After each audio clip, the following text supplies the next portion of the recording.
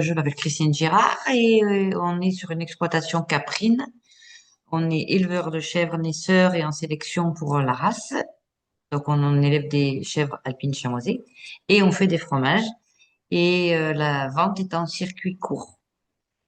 Moi, ne venant pas d'une structure, d'une structure de famille paysanne, on a eu dès le départ le souhait d'ouvrir notre ferme au public, au plus grand nombre. Et voilà, la ferme est ouverte au public pour la visite, et ce depuis 33 ans maintenant. Très bien. Alors, notre souhait d'être ouvert vers le plus grand nombre n'est pas dû à la législation. On a horreur des obligations et je pense, et nous pensons sur l'exploitation, que quand on est obligé, on reste figé sur les textes et pas sur le partage. Donc nous, on voulait que un maximum de personnes puissent connaître notre passion et notre travail. Et notre fille, au moment de son BTS, elle avait des projets à faire et donc elle a à ce moment-là demandé, préparé tout le dossier pour la labellisation tourisme et handicap.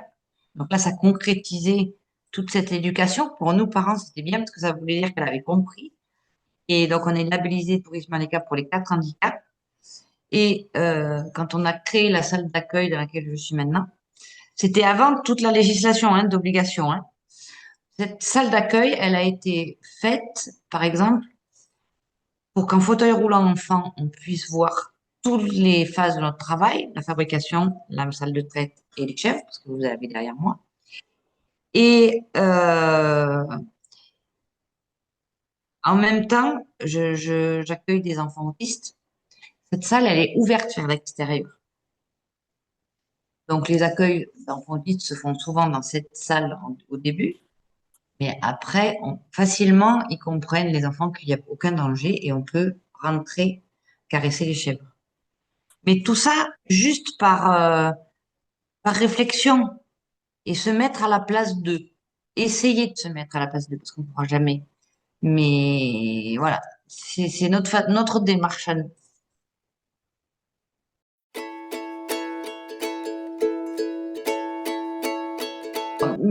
Les points forts qu'on peut voir sur notre ferme pour les différentes approches, c'est le, le désir de transmettre et de partager. Et quand on n'a que ça dans la tête, on n'a plus de barrière. Donc, quel que soit le public qu'on a en face, on cherche à trouver la lumière dans les yeux. On est aussi référencé pour France Alzheimer, par exemple. Ben, on s'arrête aux animaux. C'est pas grave. Mais tout le monde a eu un animal dans sa vie, et quand on met un cabri dans les mains de quelque personne que ce soit, les yeux s'éclairent. Ça suffit. Parfois, ça peut suffire. Mais après, pour les personnes malvoyantes, on a mis en place des jeux tactiles. Mais ces jeux tactiles, ils sont pas que pour les personnes malvoyantes. Ils sont pour tout le monde. Et on rajoute des petites choses pour que les personnes malvoyantes puissent jouer au même jeu. Nous, notre souhait, c'est de partager aussi ces jeux pédagogiques qui soient pas faits que pour tel ou tel public.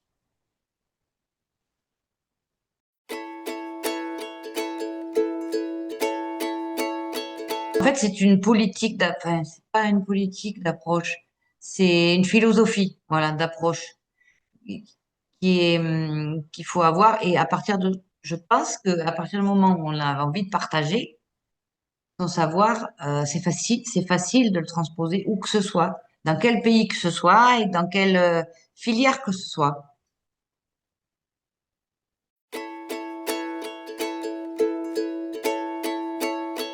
Alors, c'est des problèmes que momentanés, parce que comme je vous ai dit tout à l'heure, on essaie de se mettre à la place d'eux, mais on peut pas. Alors, par exemple, on essaie de mettre en place un domino avec les empreintes des animaux et les animaux de la ferme.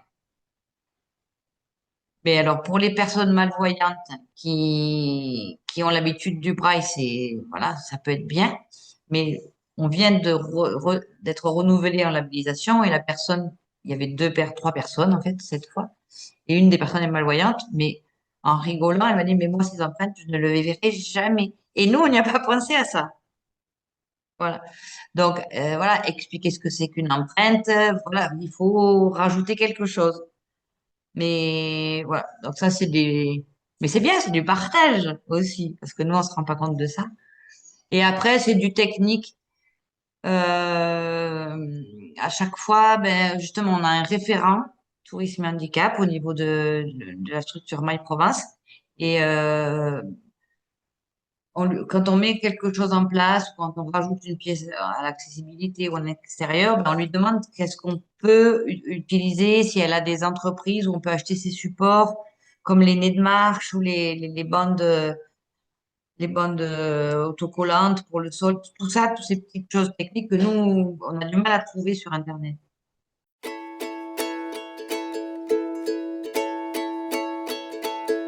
Si c'est si c'est dans l'aide intelligente, comme avec My Provence, et la labellisation, ben on est encore dans l'échange de savoir. Moi, j'ai envie de ça, parce que je peux le trouver, il me trouve une réponse. Mais je pense que qu'il faut rester là-dedans, dans les propositions, dans les échanges entre structures aussi, parce qu'on apprend toujours en allant visiter une autre structure ou en parlant avec quelqu'un qui a une structure qui nous ressemble. Qu'est-ce que tu veux, qu'est-ce que tu veux pas, ça, j'irai pas là-dedans. Mais un minimum dans les obligations et la législation. Je pense que ça sert à rien parce que on va vers des aberrations parfois.